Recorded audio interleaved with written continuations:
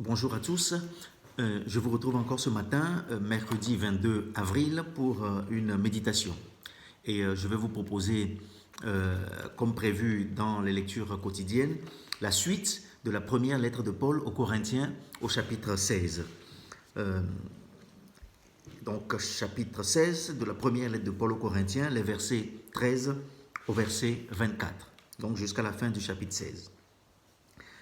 Alors Paul écrit aux Corinthiens, restez éveillés, gardez une foi solide, soyez courageux, soyez forts, faites tout avec amour.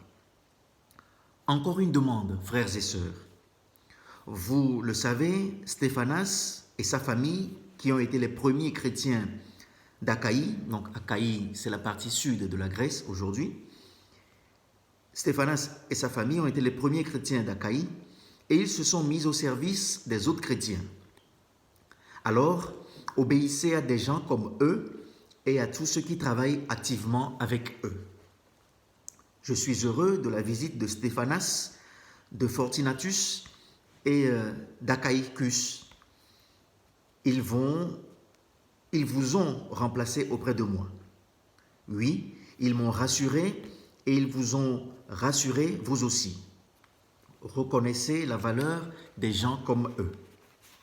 Les églises de la province d'Asie vous saluent. Aquilas et Priscille et la communauté qui se réunit chez eux vous saluent bien dans le Seigneur. Tous les chrétiens qui sont ici vous saluent. Saluez-vous les uns les autres en vous embrassant comme des frères et des sœurs. Moi, Paul, j'écris cette salutation de ma main. Si quelqu'un n'aime pas le Seigneur, que Dieu le rejette. Maranatha, viens Seigneur. Que le Seigneur Jésus vous bénisse. Je vous aime tous dans le Christ Jésus. Voici donc la fin de la lettre de Paul, de la première lettre que Paul a envoyée à la communauté de Corinthe. Et aujourd'hui, après la parenthèse financière, j'allais dire, d'hier, mardi 21, Paul revient à des choses un peu plus spirituelles, j'allais dire, quand bien même la partie financière dans nos églises, bien sûr, nous l'occultons souvent, en tout cas dans nos églises protestantes, nous l'occultons, mais la partie financière permet d'aider et de soutenir la partie spirituelle. Donc Paul avait bien raison de mentionner cette partie spirituelle que j'ai un peu commenté hier. Mais nous revoilà à des choses plus spirituelles, je veux dire, et Paul encourage cette communauté à être courageux et à être fort, et puis à faire tout par amour. Ce que j'aimerais partager avec vous, c'est 3 points.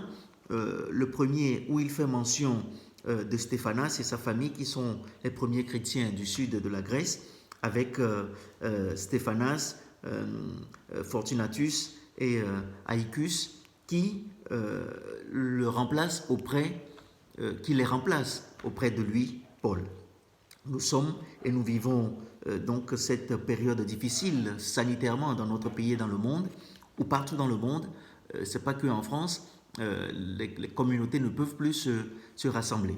Et il n'y a que nous, chacun de nous, qui puisse représenter auprès de tous et de chacun la communauté. Qu'est-ce que j'entends par là? Je disais hier que les églises protestantes, par le biais de la Fédération protestante de France, avec le soutien du ministère de l'Intérieur, ont mis en ligne un numéro vert d'écoute et d'accompagnement spirituel. Nous aussi, à notre manière, nous pouvons nous appeler les uns les autres pour voir comment chacun va chez lui dans le confinement.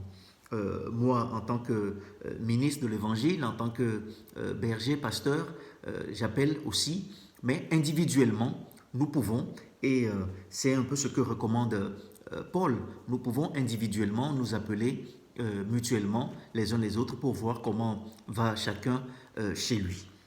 nous pouvons le faire et nous devons compter sur les uns et les autres pour nous écouter quand besoin se fera.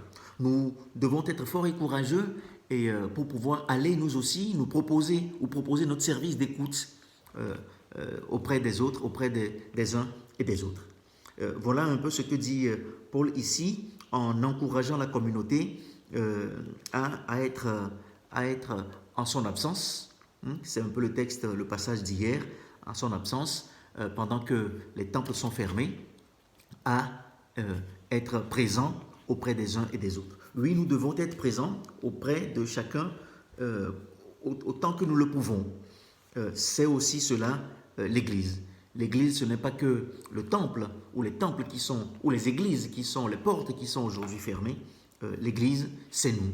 Nous sommes le temple de l'Esprit et donc nous devons pouvoir accueillir les uns et les autres dans leurs différences, dans leurs soucis, dans leurs tristesses, dans leurs faiblesses, dans leurs doutes, dans leurs questionnements. Et si, en effet, nous nous rendons compte qu'il y a une souffrance ou des inquiétudes que nous ne pouvons pas régler ou auxquelles nous ne pouvons pas répondre, effectivement renvoyer à ce moment-là les personnes auprès des pasteurs ou des gens aptes à pouvoir le faire. Le pasteur, le ministre ne peut pas tout savoir, ne peut pas appeler tout le monde à la fois. Moi personnellement, j'essaie, mais de mes paroissiens, je n'ai pas pu appeler tout le monde encore pendant ce temps de confinement, mais nous pouvons être les relais les uns des autres auprès de tous, auprès du ministre, auprès du pasteur, auprès du berger, auprès de l'écoutant. Voilà ce que je voulais partager avec vous. Et puis, une autre chose, c'est aussi Paul qui nous transmet ou qui transmet à la communauté de Corinthe les salutations de tous. Oui, nous pouvons, quand nous avons des nouvelles les uns des autres, nous pouvons le partager au plus grand nombre pour que ceux qui sont chez eux, qui s'inquiètent et qui se posent la question de comment va tel qui est isolé dans tel ou tel autre hameau, comment est-ce qu'il va, nous pouvons, si nous avons des messages, pouvoir le partager. Que ce soit par téléphone, alors ça va être compliqué d'appeler tout le monde pour dire X ou Y va bien ou ne va pas bien, mais par mail, nous pouvons partager aussi ou faire ce partage donc auprès du ministre qui pourra répercuter, qui pourra le partager auprès de tous, soit pendant les cultes que je fais les dimanches en direct, en vidéo que vous voyez, donc donner des nouvelles les uns des autres. Et puis la bénédiction que Paul donne à tous, que le Seigneur vous bénisse. Et qui dit à la fin, je vous aime tous dans le Christ. Oui, que le Seigneur Jésus nous bénisse en ce temps difficile, en ce temps compliqué, que nous soyons rassurés de l'amour de Dieu. Paul nous parle de cet amour dans toujours Corinthiens, au chapitre 13, nous le savons. Donc il est question de l'amour de Dieu qui est, le ciment, ce qui lie toutes les communautés du Christ.